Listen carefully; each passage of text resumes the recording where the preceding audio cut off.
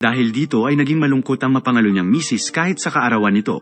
Nang magring ang telepono ay dali-dali itong sinagot ni Nina ngunit hindi ito ang tawag na inaasahan niya. Dahil sa kanyang kakaibang kinikilos ay nagsimulang mag-alala ng mister. Isang araw, pumunta si Nina sa bangko, ngunit hindi siya napansin ng kanyang kalaguyo. Tila na-obsess na siya sa kanyang Prince Charming at ang pinangarap niyang fairy tale na kasisimula pa lang sana ay tila matatapos na. Nagsimulang ma-depress si Nina, kaya dinala siya ng nag-aalalang mister sa doktor na nagreseta sa kanya ng mga gamot. Todo sa pag-alaga si Alexander sa kanya, at nang sinimulan siyang lambingin ng mister ay hindi na nakapagpigil si Nina at sa wakas ay inamin na niya na siya ay nagtaksil. Ang pag-aalaga ni Alex sa kanya ay napalitan ng pagkamuhi at tinanong niya kung sino ang lalaki nito. Nang tumanggi si Nina na sabihin sa kanya ay tinawag siya ng galit na mister na pokpok at sinabihan itong umalis. Dahil wala siyang matulugan ay tinawagan ni Nina ang kanyang Prince Charming sa kalagitnaan ng gabi.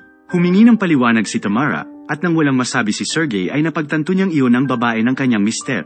Nakipagkita si Sergey sa kanyang kalaguyo at para maibsan ang pag-aalala nito ay sinabi ng chairman na bibili siya ng apartment para sa kanya. Tinupad ni Sergey ang kanyang pangako at bumili ito ng mamahaling apartment para sa kanyang kabit. Masaya si Lara para sa kaibigan dahil nagkatotoo na ang kanyang fairy tale. Samantala, si Alexander ay nasa bahay lamang, laging lasing, nalulumbay at depressed. Isang araw ay nagluto si Tamara ng almusal para sa kanyang pamilya na na-appreciate naman ni Sergey. Subalit ang kanilang masayang almusal ay nadistorbo ng tawag mula sa kabit